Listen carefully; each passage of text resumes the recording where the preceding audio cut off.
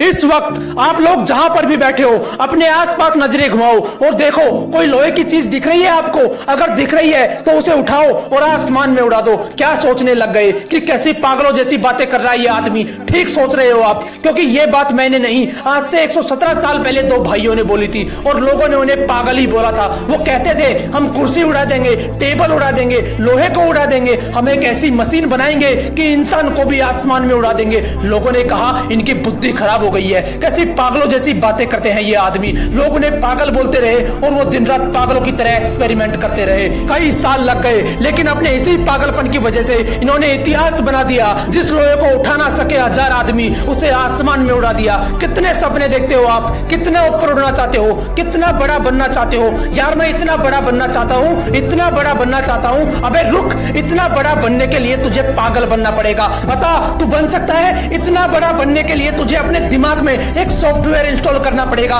कि मैं 1000 बार फेल होऊंगा तब भी नहीं रुकूंगा। बोल तू कर सकता है ऐसा? अगर कर सकता है तो तू भी एडिसन जितना बड़ा बन सकता है। एडिसन एक ऐसा महान इंसान जो आज इस दुनिया में नहीं है, लेकिन उसके द्वारा किए गए 1093 आविष्कारों में वो आज भी जिंदा है। ये वही पागल इंसान है जो कहता था कि कांच से लाइट जला दूंगा, रात में भी दिन जैसा माहौल कर दूंगा। उस पर भी लोग चिल्ला रहे थे कि तू पागल हो गया है, ऐसा हो ही नहीं सकता, तू ऐसा कर ही नहीं पाएगा। लेकिन वो इंसान भी जिद्दी इंसान था। उसके पागलपन ने उसे ना रुकने दिया ना थकने दिया। हर बार फेल होने के बाद सिर्फ एक ही बात बोलता था कि साला एक बार और ट्राई करूंगा। वो 1000 बार फेल हुआ, लेकिन उसी पागल इंसान ने बल्ब का आविष्कार किया और इस दुनिया को रोशन करके चला गया। बनना चाहते हो इनकी तरह? बनना तो चाहता हूं, लेकिन मेरे पास इतनी फैसिलिटीज नहीं है। कुछ करना तो चाहता हूं, लेकिन मेरे पास पैसे नहीं है। बड़ा बनना तो चाहता हूं, लेकिन मेरा IQ कम है। अबे रुक, कितना कम है तेरा IQ? किताब में लिखा हुआ तो समझ में आता है ना तुझे? तेरा दिमाग जिम के जितना कमजोर तो नहीं है,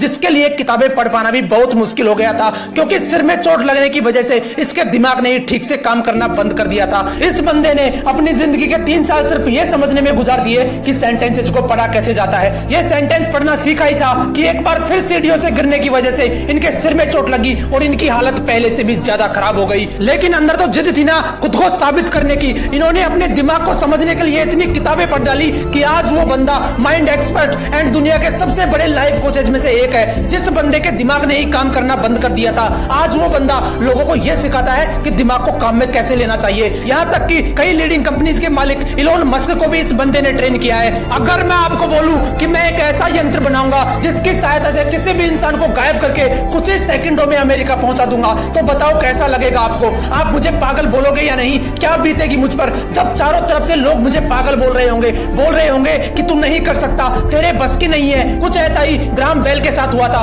वो बोलते थे कि ऐसा यंत्र बनाऊंगा जिससे आप भगवान की तरह हजारों किलोमीटर दूर बैठे किसी भी इंसान से बात कर पाओगे। लोगों ने कहा ये पागल हो गया है, इसकी बुद्धि फिर गई है। लोग चिल्लाते रहे उस पर, लेकिन वो नहीं रुका। एक के बाद एक एक्सपेरिमेंट करता चला गया और वो यंत्र बनाकर दिखा दिया जो पूरी दुनिया को असंभव लगता था, जिसे आप टेलीफोन के नाम से जानते हो। क्या अलग था इन लोगों में यार? ये कोई भगवान थे या इनके रावण की तरह 10 सिर थे? इनके शरीर में भी 206 हड्डियां थी, वही लाल रंग का खून था। फर्क सिर्फ इतना है कि ये इंसान जिद्दी इंसान थे। इनके अंदर एक ऐसा पागलपन था कि साला 1000 बार फेल होना मंजूर है, लेकिन हारना नहीं। तुम्हारे पास 1000 बहाने होते हैं, लेकिन उनके पास सिर्फ एक सपना था और उस सपने को पूरा करने के लिए उन्होंने अपनी जी जान लगा दी। लेकिन तुम सिर्फ सपने देखते हो, उन्हें पूरा करने के नाम पर तुम्हारी हवा टाइट हो जाती है। क्या अलग था यार इन लोगों में? वो भी तुम्हारी तरह ही इंसान थे, फिर तुम क्यों नहीं कर सकते? तुम क्यों ऐसा सोचते हो कि लोग क्या सोचेंगे? क्यों अपने आप को कमजोर फील करते हो? क्यों तुम एक ठोकर लगने के बाद हार मान लेते हो? याद रखना, हारने वाला कभी असफल नहीं होता, लेकिन जो हार मान लेता है वो कभी सफल नहीं होता। इसलिए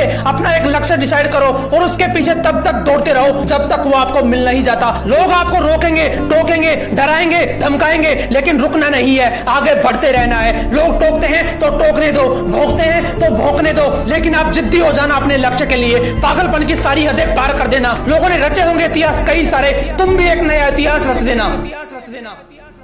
मिलते हैं नेक्स्ट वीडियो में एक नए मोटिवेशन के साथ। जय हिंद, जय भारत।